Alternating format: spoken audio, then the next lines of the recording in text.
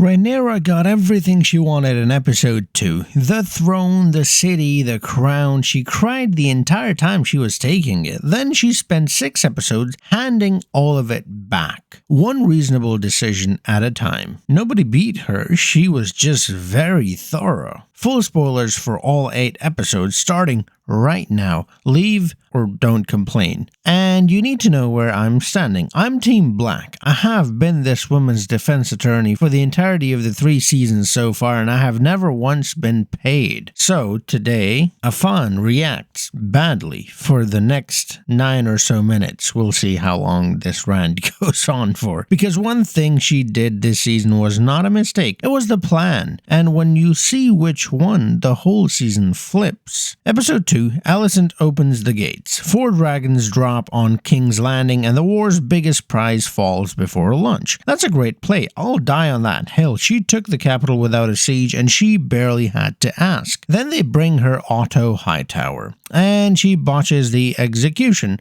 in public, in front of Alicent nonetheless, who had just gift-wrapped her a city. The most satisfying moment of her entire life, and she fumbled it like a guy dropping his phone in the toilet at his own wedding. She climbs the throne anyway, shaking, weeping. Meanwhile, Corlys Velaryon is standing there thinking about the gullet where her son Jacaerys died. And he says out loud that he hopes he never sees another win that expensive. Objection, Your Honor. Sustained. Moving on. Here's the part nobody warned her about. She won a city, and a city is not a prize. A city is a bill. In comes episode 3. The treasury is empty because Tyland Lannister walked the gold out of the back door before she arrived. There's no coronation money. There's barely bread. People in her capital are eating rats. Then she finds out the nobles have been hoarding food this whole time, so she throws them a feast. They show up in their good clothes, and she serves them roasted rats, cause obviously. Then she takes their pantries and gives the food to the people who were already eating rats. That was the high point of her reign. 12 minutes of television. I have never loved her more.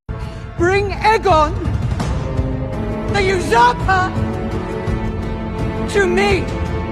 What a scene, by the way, and what delivery. My goodness, I love that actress. Now, remember this dinner because we are going downhill from here at a speed I'm not comfortable with. But alas, here we are. And the very next thing she does costs her the most powerful fleet in the world. Addam of Hull just proved himself. Corlys wants to legitimize him as a Velaryon, which fixes Corlys, fixes the succession, and costs her a piece of paper at most. She names him Addam of Hull, not Velaryon Hull. So Corlys does what his brother Vaemond did and calls her sons bastards to her face, who are also his grandchildren, by the way, or supposed grandchildren. And if you remember what happened to Vaemond, you'll notice Corlys is now openly willing to eat that risk. She saved a title she spent an ally. Then Daeron, Alicent's youngest son, the one hostage she has, the only leverage in the building, trading him could buy food, gold, or a ceasefire. She sends him to the wall for free because, obviously, Your Honor, my client is going through a lot. She needs a moment. She also wants the faith to anoint her in public because a crown is metal and an anointment is legitimacy. The High Septon says,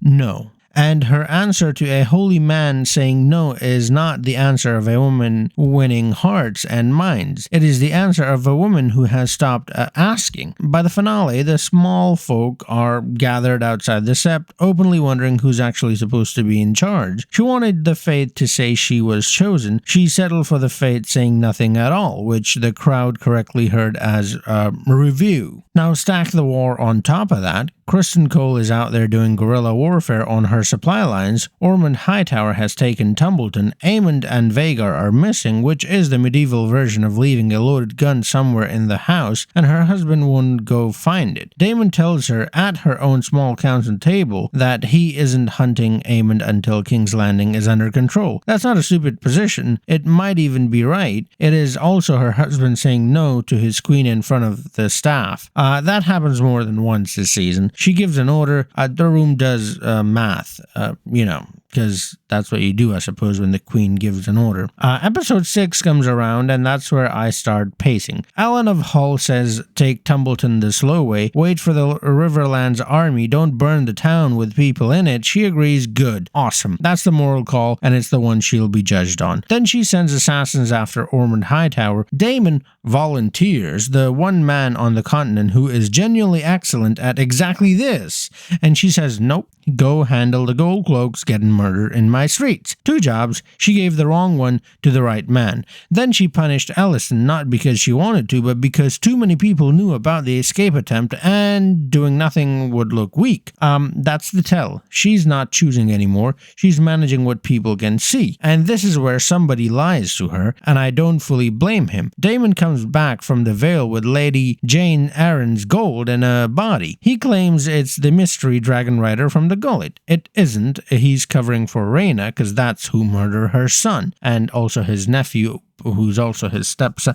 This is it's Targaryens, man. It gets a bit weird. Anyways, Mysaria finds out, and Mysaria tells her. Now here's the thing that broke my brain. Rhaenyra confronts him and forgives him. She hears, I lied to protect my daughter, and she accepts it. Genuinely, that's the warmest, most human, most Rhaenyra thing she does all season. And then the same episode, she sleeps with Mysaria. Great. Not instead of forgiving him, after. Both. Same night. I watched a woman pardon her husband and immediately go make it complicated, and I had to stand up and walk to the kitchen. Then the finale, and she does the coldest thing in the entire season. She fires Mysaria, her spymaster, her advisor, the woman she was with the night before, and she doesn't do it herself. Guards back the room. Elinda, the lady's maid, delivers the news. Mysaria is shipped to Pentos without one conversation. That is a queen using someone and then having HR handle it. The defense rests. I have nothing. I'm not even mad. I'm just, okay, I'm a little mad, but you know. Meanwhile, in Tumbleton, remember she needed dragon riders, so she put live dragons under 2 guys she'd known for about a week, because obviously one of them is Ulf White,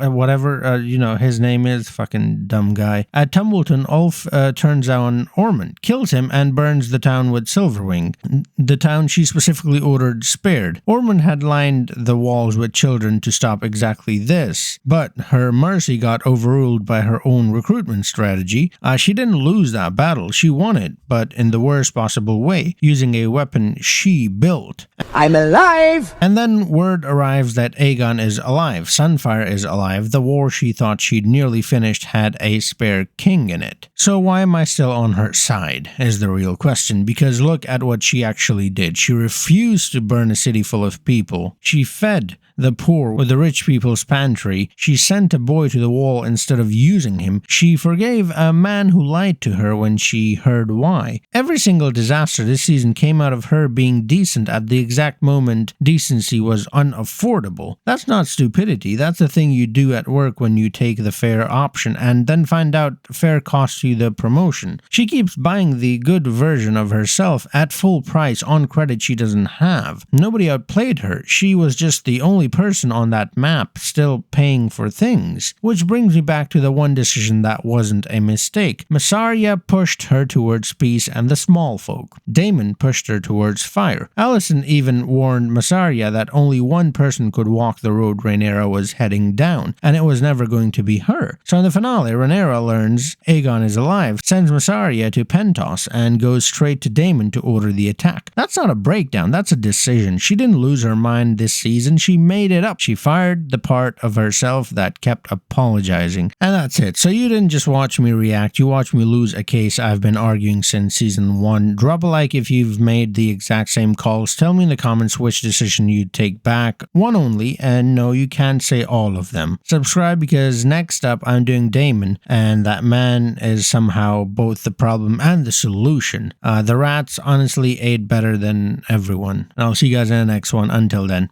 have a nice